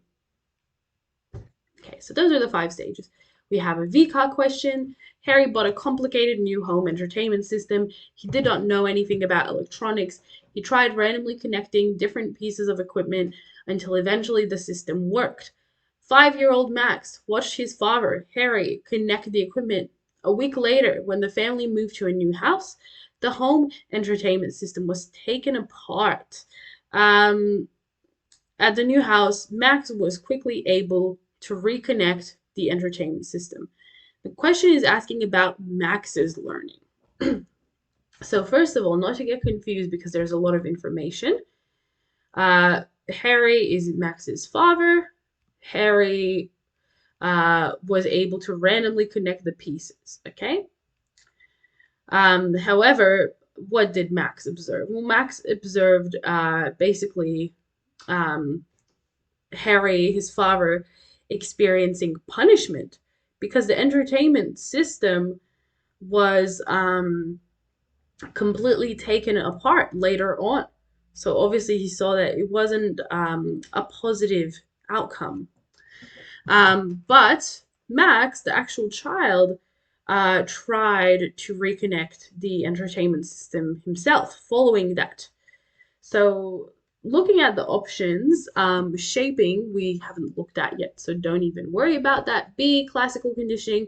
Would you describe that as involuntarily carried out reflexive response, no will of his own? Absolutely not. So classical condition can be crossed off straight away. Observational learning, did he learn? Is it asking about what his motivation is? No, it's not, right? But it is made pretty clear that Max knew how to connect the equipment because he watched his dad. Okay? Even though it's unclear what his motivation is. But it is clearly observational learning. Trial and error learning would be what Harry engaged in. Because it didn't work, he couldn't get it to work, and then he learned it over time by trying and failing again. Okay, so we look at Aboriginal and Torres Strait Islander people's ways of knowing as well as part of learning. And this is, you just look at the situated learning theory, which emphasizes that learning should take place in the same context where it would be applied, enabling individuals to practice what has been learned. We should learn things in the same environment where we actually reproduce that information and use it.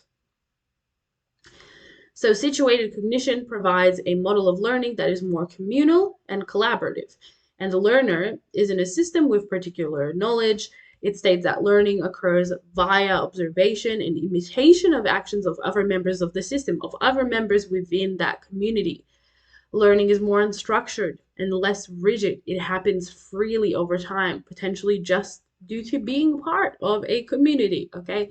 And emphasis is on mastering context specific skills rather than rote learning information. We naturally pick information up by being in the same place, such as in the same community, in the same learning, in the same area.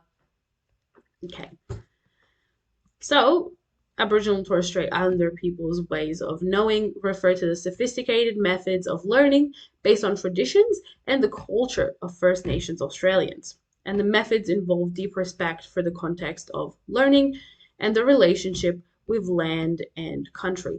I've got a little bit of a diagram here of the various things, symbols, images, nonverbal communication, sharing stories, links within the community. Those are the various traditional and cultural aspects that are learned. Okay, lastly, we look at memory. So memory is the processing, storage, and retrieval to try to recall the information that we actually stored previously, gathered through learning. There are many models that try to explain it, but the processes you need to know about and you can be assessed are encoding, storage, and retrieval. Encoding is conversion of information into a usable form so it can be stored. Obviously, it needs to be stored within your brain, so it needs to be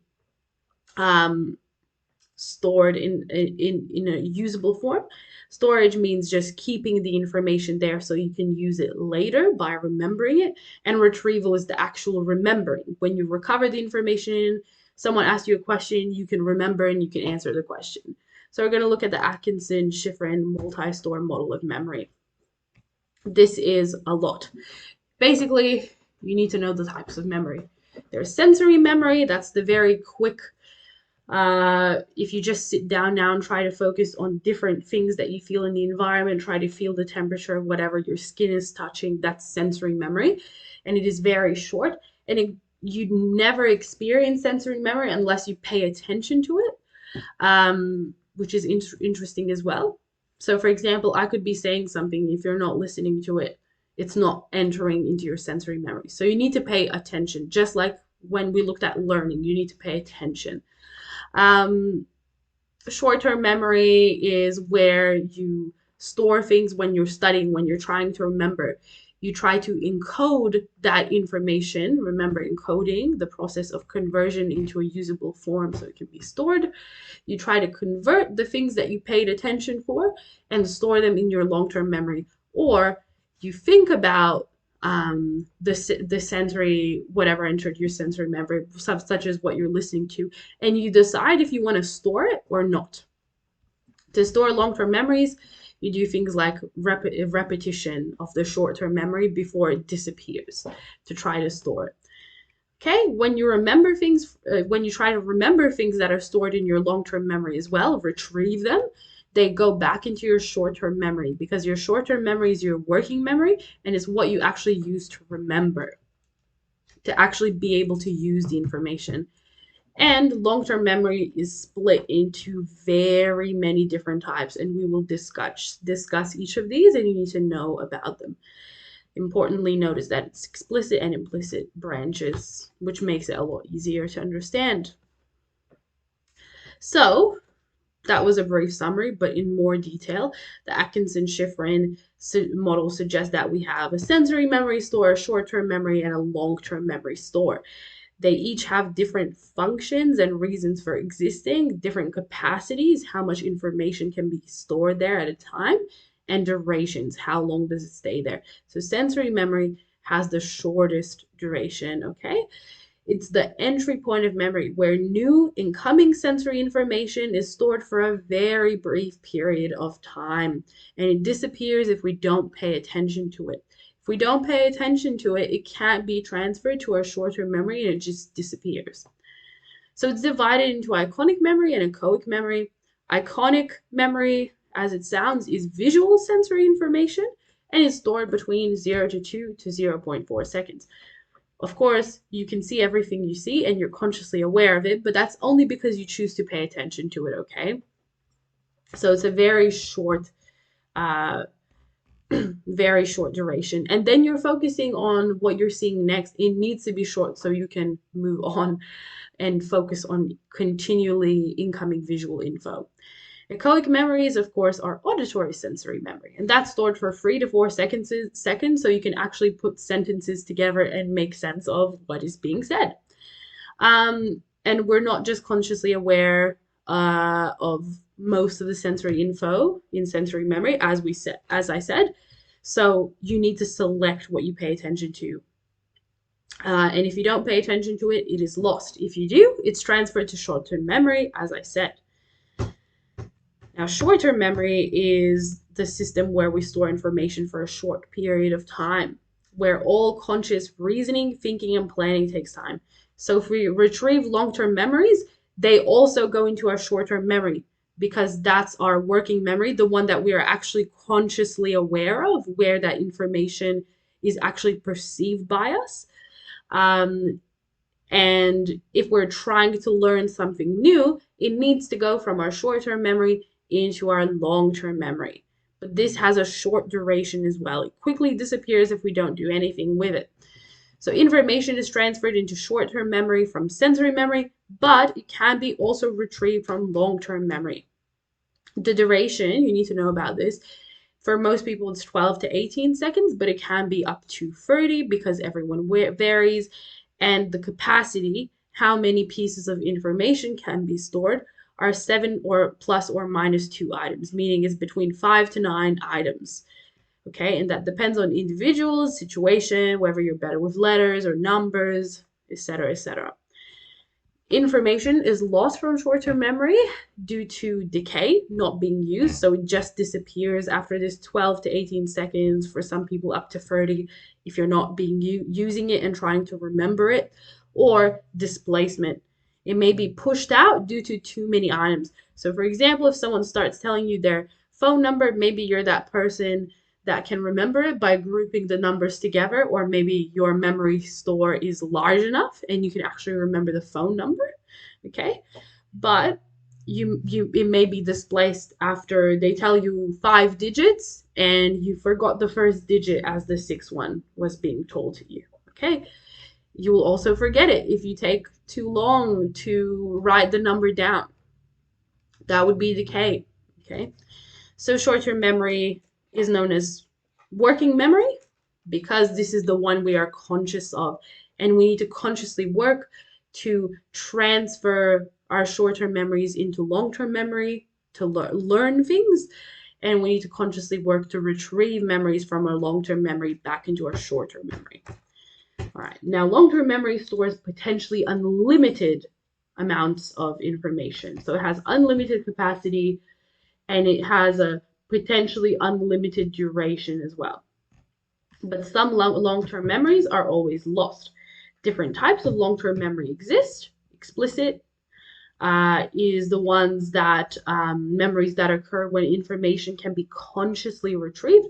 The ones that you're able to declare, thus it's declarative memory. You can literally say, oh, this is what you want me to remember, and state the information presented, such as answering a question based on content that you've learned. That's explicit.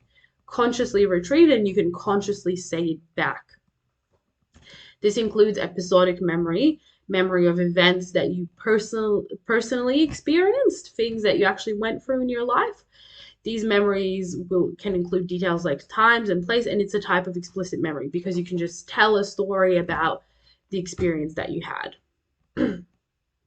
Semantic memory is also a type of explicit things that you can remember and tell to someone. It's memory of facts and knowledge. That includes general knowledge and meaning of words. So this is semantic memory. Semantic means meaning memory, okay? So that's how you hopefully can create that association. And that involves things that you learn in your VCE subjects. And implicit memory is memory that doesn't require conscious retrieval. It's not voluntary, and you're not able to describe these memories that you have, okay? Or it's very difficult because you kind of can with some of them. Individuals aren't even aware that they are remembering something. So this is all you. Things like your skills, procedural memory, remembering how to ride a bike, all the previous motor skills and actions that you've previously been learned. You couldn't tell someone how you hold a pen to write because you've known how to write for such a long time. But every time you pick up a pen, you know how to write. So these are your implicit memories, and then classically conditioned memories are those conditioned responses to stimuli remembered. These are involuntary. We've had a look at this before, so that should all make sense. Useful cheat sheet for your exam, but it just details everything we've talked about. Need to know. Basically, this is the minimal amount of information you should know, but be able to talk more about short-term memory and connect everything with those processes that we looked at: encoding, storage, and retrieval. You'll be able to do this later on in your year. All right, lastly, looking at some brain structures, we need to understand that long-term memories are stored across the brain. Remember, the cerebral cortex is that whole outer layer of the brain, that whole covering. So memories are stored throughout your entire cerebral cortex, all your lobes. And the neocortex is the largest part of the cerebral cortex. So long-term memories, which are explicit, so semantic and episodic ones, your facts and your memories of actual events you were part of, they're distributed throughout the neocortex. Neo means new cerebral cortex, but it's that majority of the cerebral cortex, okay? And different parts are generally stored in the area of the neocortex where the relevant information was actually first processed. So that memory is likely to be stored where it was first processed, okay? So let's say a memory of an AFL football match, maybe it had the roar of the crowd, which is auditory information. So it went to the auditory cortex responsible for processing auditory information within the temporal lobe. Okay? And the side of a goal being kicked was visual information. So it went to the visual cortex in your occiput, in your occipital lobe. And the names of the teams for that game, which is language information, was stored in your frontal lobe because that's to do with higher order thinking and language. Okay. Remembering hippocampus is crucial for learning. You briefly looked at brain structures in year 11, but the hippocampus is located in our temporal lobe, which is just behind your frontal lobe on your head. We have two of them on each hemisphere, left and right. And the hippocampus is the one responsible for forming long-term memories. It turns short-term memories into long-term memories, and it consolidates new explicit memories so that they're stable and long-lasting. And it is not directly involved in the formation of implicit memories, procedural and classically conditioning. It is not its role. It works with explicit memories, converts short-term memories into long-term explicit memories. It doesn't actually store any long-term memories, okay? It just turns short-term memories into long-term memories if they are explicit. We said memories are stored throughout the cerebral cortex, usually with the area where the information, the different types of information were first processed, okay? Hippocampus also has a role in spatial memory, such as routes while driving a car. So it has some spatial memory as well, but remember that doesn't fall into explicit or implicit as a separate category. So you need to know the roles of brain structures in memory as part of psych. That's why we're covering it now. Remembering the amygdala. It's our emotional center. I mentioned it previously in this lecture. It's involved in the formation of emotional memories. A damaged amygdala would mean you may be unable to acquire a fear response to feel scared of something, or may have other alterations in the way that you express and feel emotions. But essentially, in terms of memory, events that are associated with a strong emotional reaction and feeling lots of emotions are remembered more in more detail and are more likely to be remembered. Okay, so the amygdala during high emotional arousal releases noradrenaline. Remember, that's one of our stress hormones.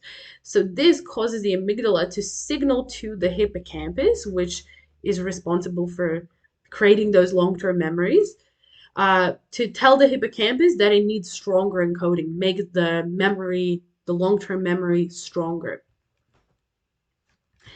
Doesn't store memories either.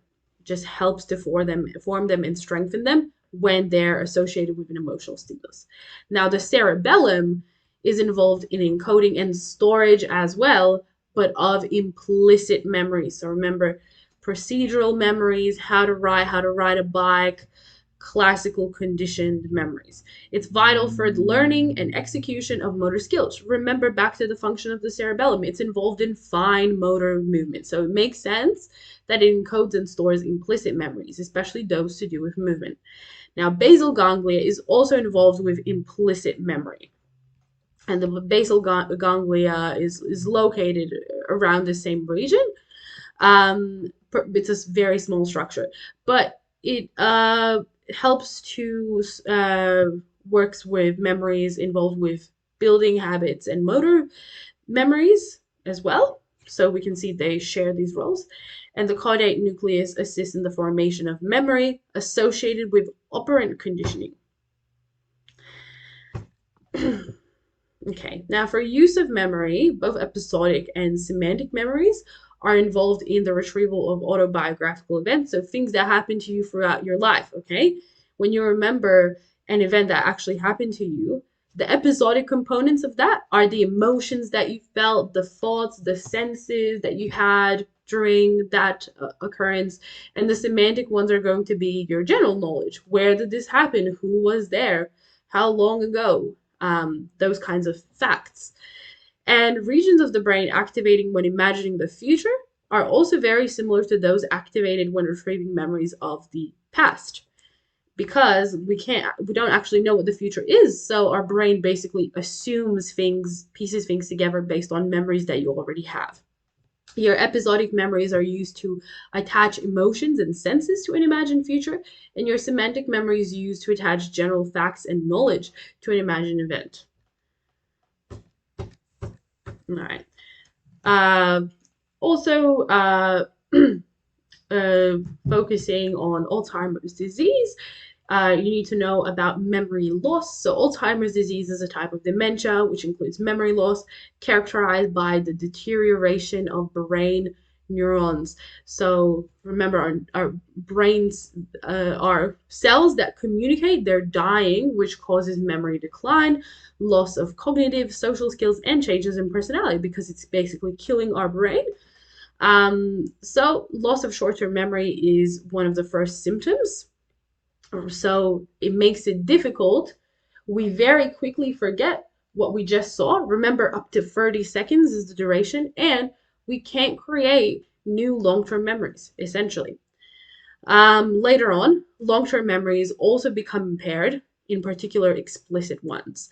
In the later stages of disease, people may be unable to recognize family, have major changes to personality, often becoming aggressive. So the person becomes very confused.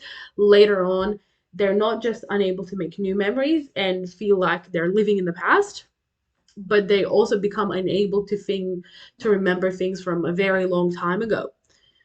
The major risk factor is older age, and it's only diagnosed after death because we need a post-mortem autopsy after death because they need to discover how shrunk the brain is, um, and see what happened to the hippocampus because the hippocampus uses three-quarters of its neurons. So obviously they need to cut the person up while they're alive, which they can't really do, cut their brain up. A buildup of amyloid plaques, they cause Alzheimer's disease to happen by inhibiting the communication between neurons because they kind of wrap around them and trap them. And that ends up leading to the death of those neurons as well. is thought to, and their structure is called neurofibrillary tangles, which are also responsible for Alzheimer's. These are tangles between and within neurons that prevent transport of essential substances that neurons need to survive and auto-regulate. And they look for the low level of neurotransmitter acetylcholine. And all of these are not only the things that they look for, you need to be able to recite what you also need to be able to recite what actually happens to cause this dementia memory loss in the form of Alzheimer's. Um, Aphantasia as well. It's a disorder that involves being unable to visualize any imagery, so you can't imagine visual things in your mind. Recalling an autobiographical event consists of listing facts rather than being able to create a mental picture of the events that occurred. It could involve difficulty with navigation and spatial memory and recognizing faces. Obviously, if you remember things that happened in your life without having a visual picture, it makes sense that you'll have difficulties remembering, oh, how do I get to the same place again? Where did I go last time? What did this person's face look like? I can't really remember. It's actually quite common. Personally, I kind of experienced this to a large extent, and I always have. But if you've had it your whole life, you don't notice the difference. Lastly, we'll look at mnemonics. How can we make our short-term memory more effective? How can we remember more things, even though it's only 5 to 9 items up to 30 seconds? So we've got acronyms. You can form this. This is also life hacks for year 12, where you use the first letters from multiple words to form a new word that's easier to remember. Okay, so we did it with the ABC model, with the gas model. We're using acronyms and abbreviations. Acrostics, phrases made up of words beginning with the first letters of the words you want to remember. So when you use, for example, for north, east, south, west, we use never eat soggy wheat bix, and that helps you to remember the 4 directions. And there's the method of loci, memorizing information through placing each item along an imaginary journey. This is an amazing one if you find information that you can make up a story about. So it incorporates each one of those things. It's really easy to remember. We've got sung narratives. Singing allows us to create bigger chunks of information because it's grouped together. That can be stored in short-term memory. Auditory aspects of songs also aid in encoding because they combine with the words of the song. All that auditory information, tempo, melody combine to make the memory stronger. And it can activate your amygdala. It can make it more emotional. So songline memory codes are also used by Aboriginal and Torres Strait Islander peoples. And we have a couple of practice questions. So which one of the following statements about short-term memory is most accurate? Is it true that it only holds information transferred from sensory memory? No, we know long-term memory goes back into short-term memory if we want to use it. So that statement is incorrect. Incoming information is held in short-term memory for 30 minutes. We know it's only up to 30 seconds. For most people, 12 to 18 seconds. Short-term memory holds all sensory info until it is encoded into long-term memory. Only if we successfully remember it. Remember, it can get displaced, lost due to time. It can decay and disappear. It can get pushed out by new information. Short-term memory holds a limited amount of encoded information while it is being processed. So this is the option that is correct. Remember, it's 5 to 9 pieces. The information is already encoded from short-term memory. It becomes encoded. And that statement is correct. All right, the areas of the brain that are associated with memory and are most likely to be affected by Alzheimer's disease are remembering that we just looked at this, the first option, hippocampus, followed by the cerebral cortex, is absolutely correct. Okay, hippocampus is converting those short-term memories to long-term memories. We said short-term memory gets impaired first, and then our memories across the cerebral cortex start to get lost because neurons have died there too. So option A. All right, everyone, thank you so much for coming to the lecture, and best of luck with psychology this year, and hope you found this really helpful. Thank you, everyone.